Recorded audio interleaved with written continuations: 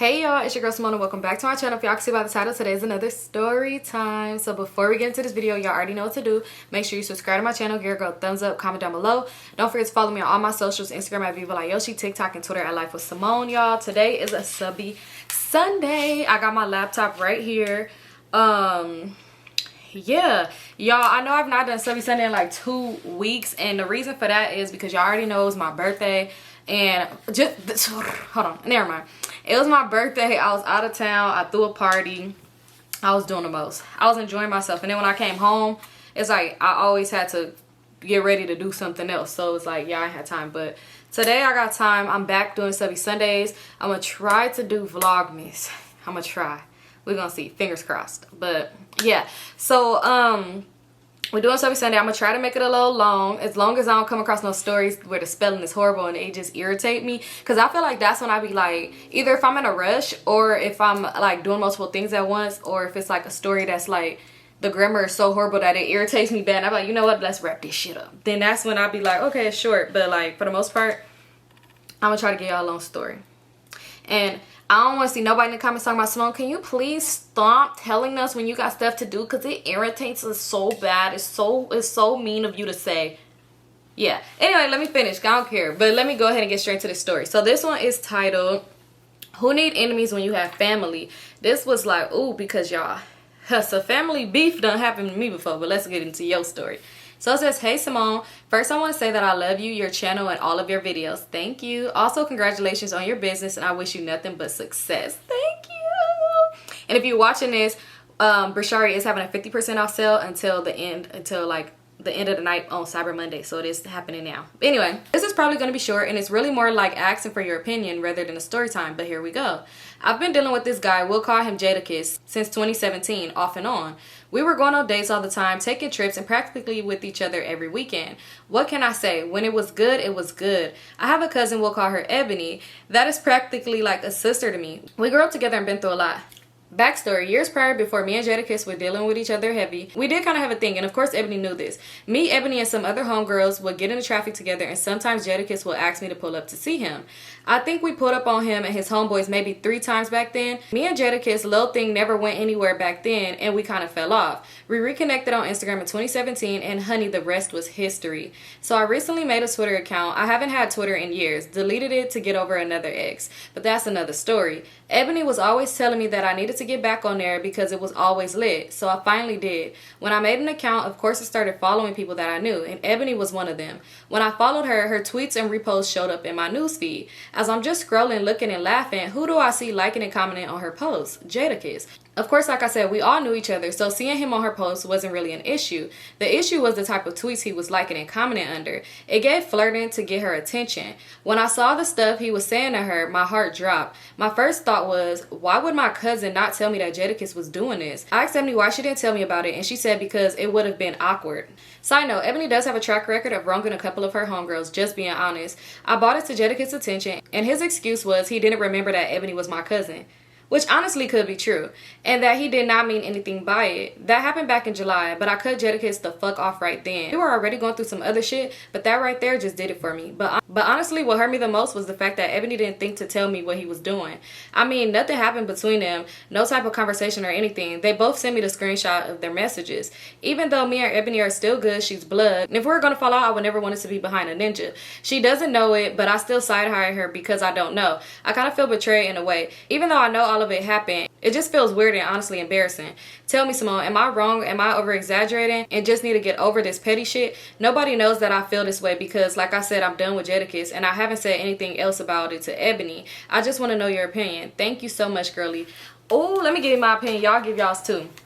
Sis, I don't think you're wrong. I think your cousin is weird because it's like, even though she didn't show him no attention, I still think that's weird. Like, you my cousin, and how you think, how are you like not seeing nothing wrong with me? You know, you like a sister to me. You know I'm going out of town with this dude. I'm spending time with him. This my man. And you not gonna tell me that he is thirsty as fuck under your post.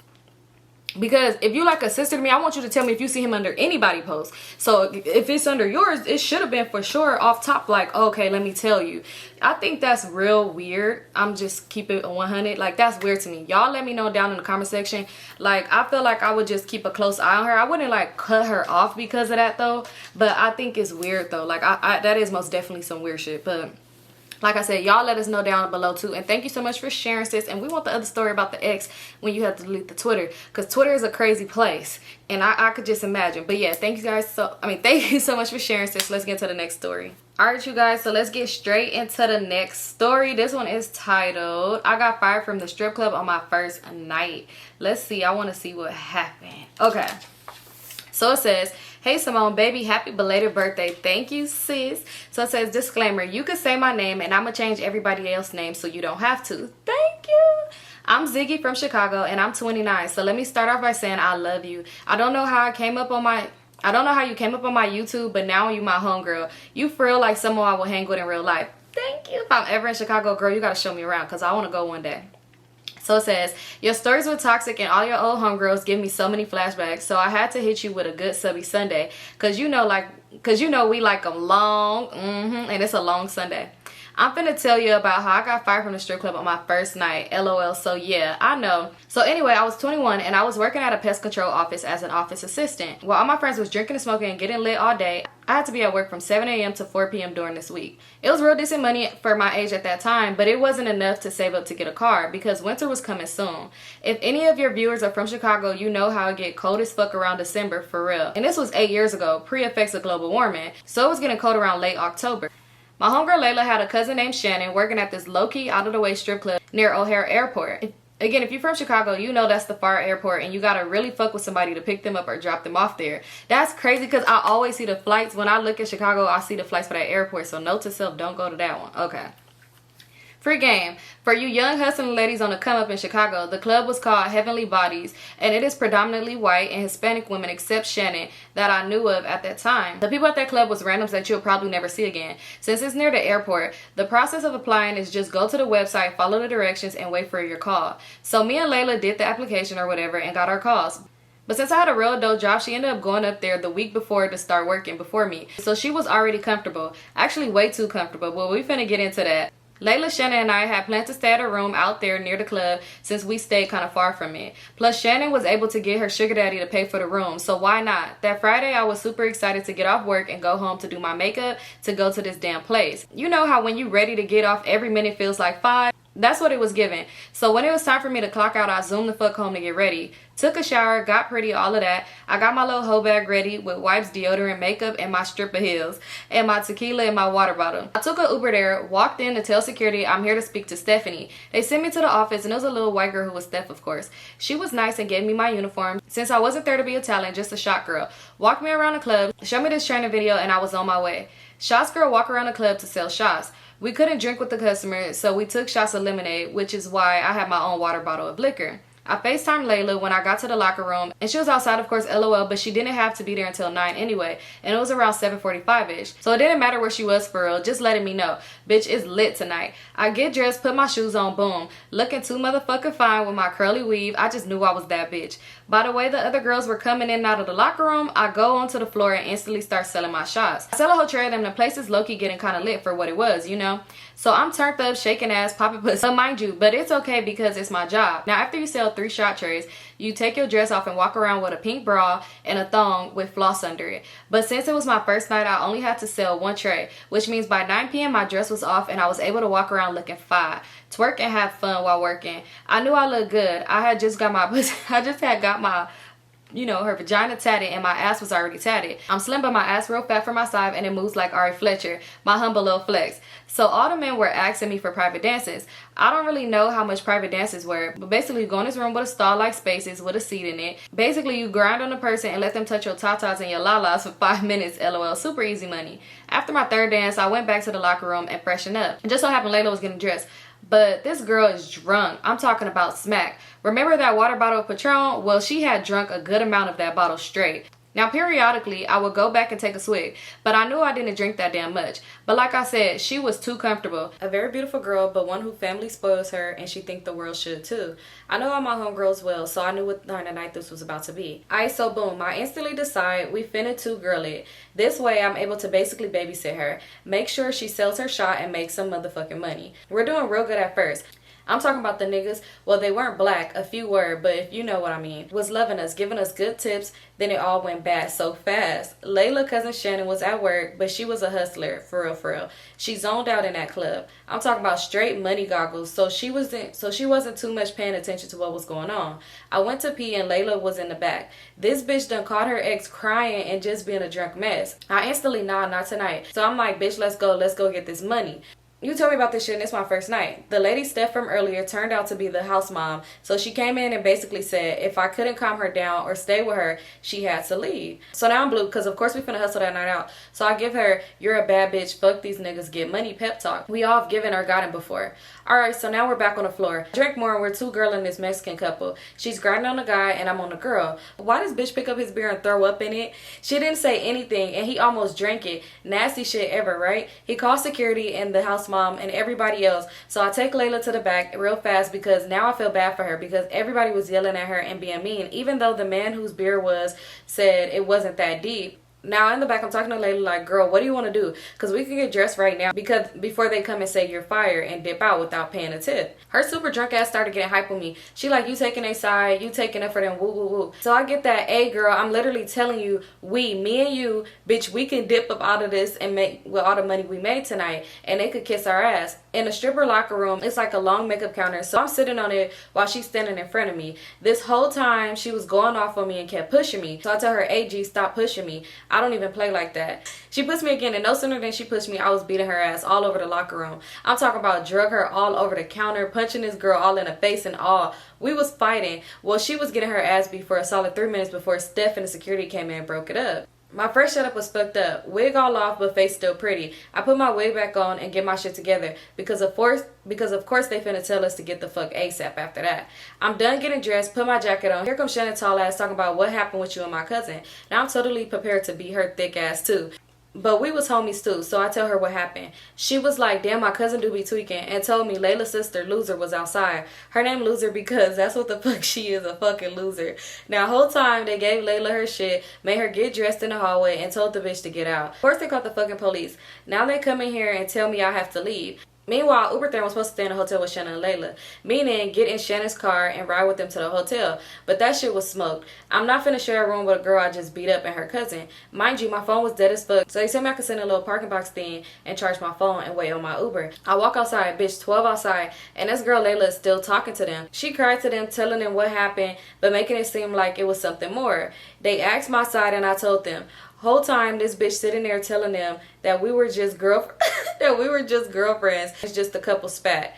I get mad as fuck because one, are you dumb? They would lock me the fuck up for domestic battery, hoe. I done blacked your eye and you talking about a love quarrel. If you don't shut the fuck up, the officer must have been reading my mind because this motherfucker said, well, do you want to press charges for domestic battery? I just started walking away because arrest who? Bitch, I ran track across the country and my uncles used to drop us off in the country and we had to find their campsite. Y'all won't be catching me. But luckily she said, oh my god, no, that's not what I meant. She's not like my girlfriend for real. The police left it at that. The police left after a little more fake, half-ass doing their jobs. At this point, I'm fully aware this bitch Loser gonna say, I hope you know you gotta find your way home because you're not getting in my car. So I said, duh, bitch, and you could get beat up like your sister, hoe. I started laughing because I'm in full menace mode at this point because whole time I'm texting my nigga and he made light of the situation. You just gotta check something off your bucket list by working in a strip club. Didn't have to tip out and just beat a bitch up. So I didn't have shit else to prove. I could just pop my shit and a hoe won't do nothing. So they get in the car and they dip now. I'm sitting there trying to get an Uber because of the time of the night. Even though we were near the airport, it was a surge. And who finna pay double? I'll wait or finesse somebody to take me. This one girl walked up to me and was like, you're one of the girls that was fighting. And I said, yeah. She talking about, well, y'all broke my phone. I just looked at her ass like, bitch, don't play with me. And one other black girl besides Layla, Shannon, and me, I'm gonna call her Debbie because she had cakes. Debbie was like, girl, you must ain't see that other girl eye. You can't afford to miss work for a whole week. So I started dying laughing because say that, Debbie. I didn't mention her in the earlier story because she wasn't relevant until now. But she was the only black stripper there. The rest of us were shot girls. Shorty was cornbread fed for real. And she asked me where I was going. And just so happened we were going the same way. So she said she'll drop me off. We smoked and rode home. The next day, Layla FaceTimed me crying like a full-blown tears, and she yelled, "Why?" and she yelled, "Why y'all let me get beat up? Who was I fighting last night? Woo woo woo." So I told her I had to beat her ass because she was doing too much, and told her the story. And she was telling 12 I was her girlfriend and they was gonna arrest me, etc. She started crying and apologizing, and I started feeling bad.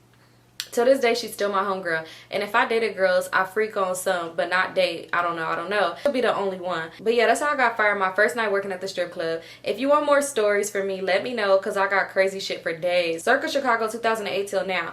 Like the first time this girl came to me as a woman, ditching school to take a now famous rapper to a video shoot, pre-shoot, or getting caught freaking by this nigga mama. I'm so proud of you, girl. It's amazing to be watching a video you just dropped the same day and the views going up by the hundreds. I've been tuning since March, and seeing the growth in numbers in yourself is beautiful to watch.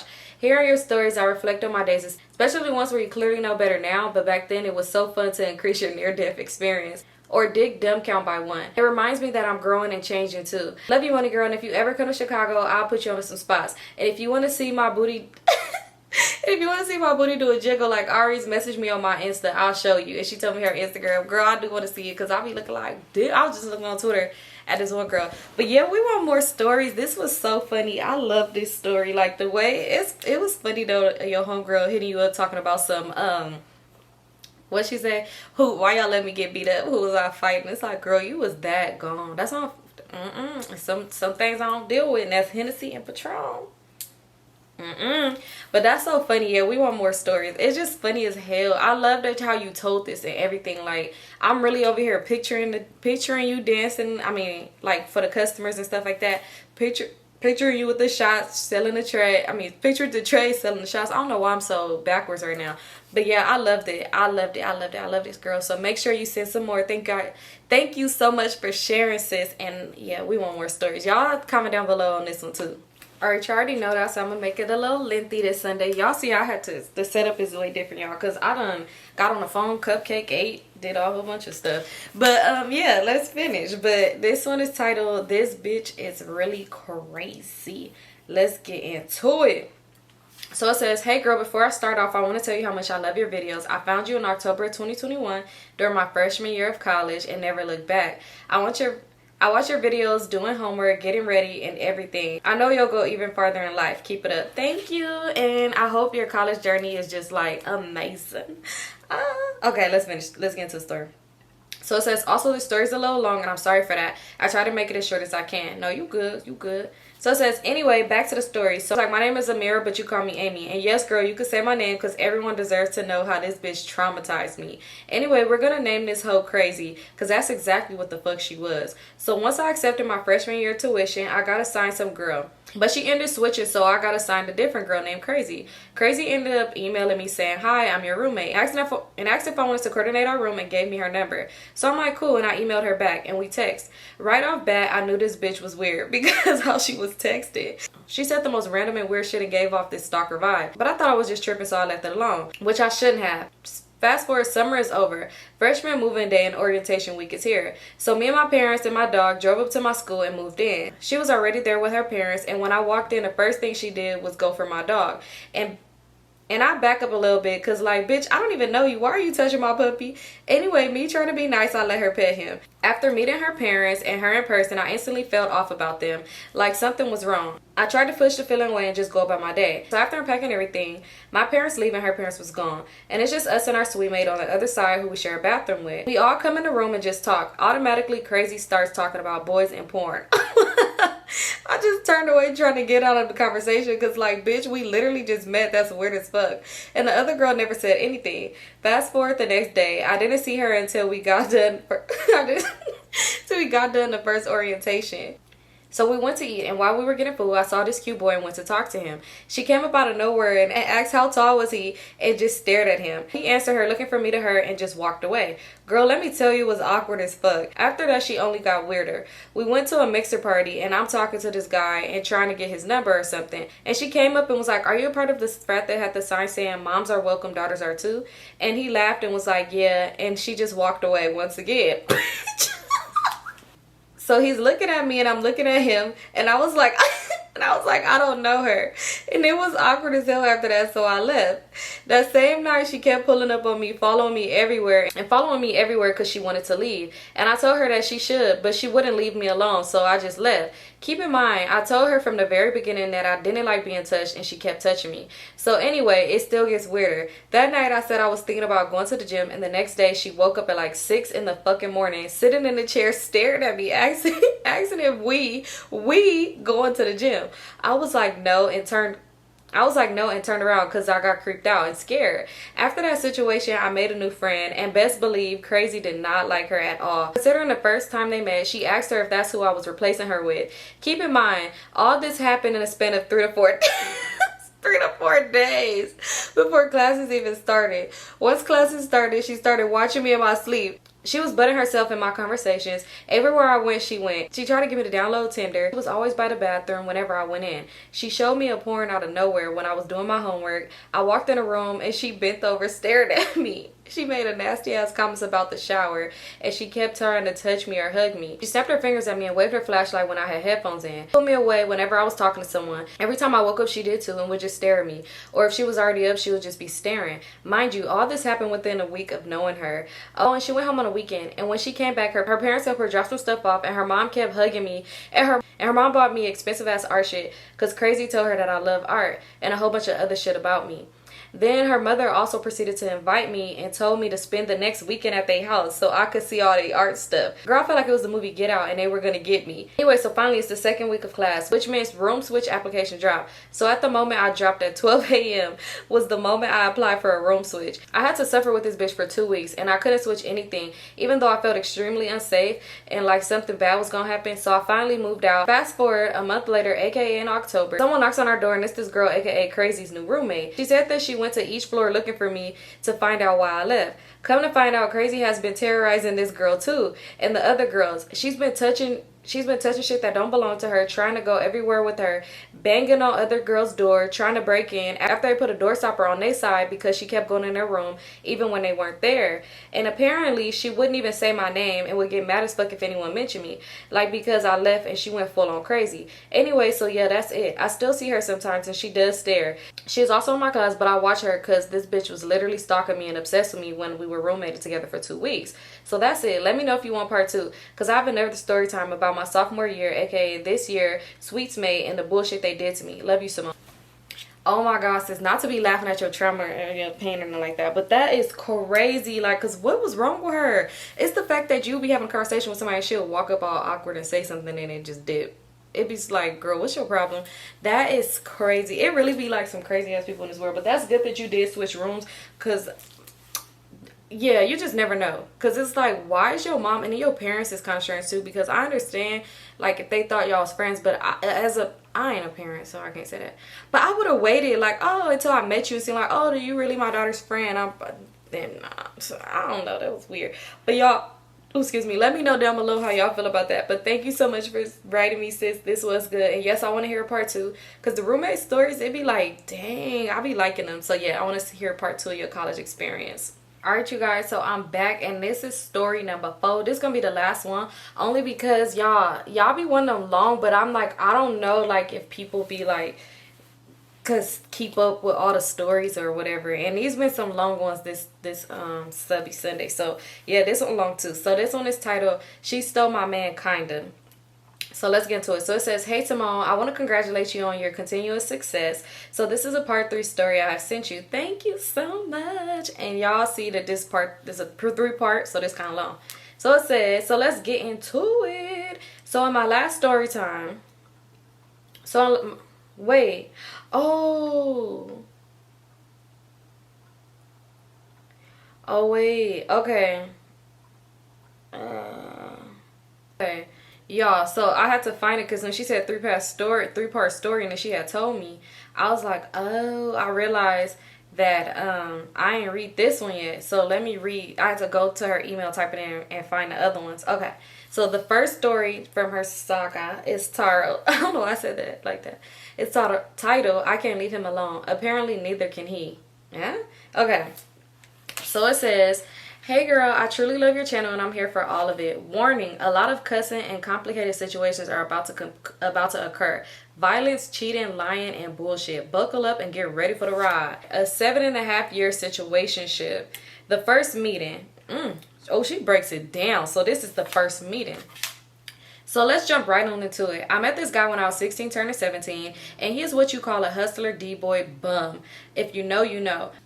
We would call him Shada. Me and Shada met over the summer in 2016. So one day, his 2 homeboys plus him came over to my friend's house. At first, I wasn't paying him no mind until he politely walked up to me and asked me, is your hair real? Side note, that shit was so rude. While pulling on my ponytail, I turn around and see it's the finest man I've ever laid my eyes on. He has the biggest Kool-Aid smile on his face. I replied back with, what if it's not? And he replied, you still cute. Well, why did I think I found my future husband? His 2 homeboys is throwing big cups of slushies at my friends. What? Now, please explain to me, why is there always one dude in the group who is super extra? Just why did he have to ruin my moment? Well, my friend definitely wasn't feeling no boy. So she goes in the house to grab something to hit him with. Well, I'm assuming they knew this and started to head to their cars. Once they make it to their car, Shada looks at my friend and says, he only does that because he knows you're going to react. The next encounter. Well, Shada went to jail for 6 months. And this is when I had my first encounter with my girlfriend, soon-to-be baby mama.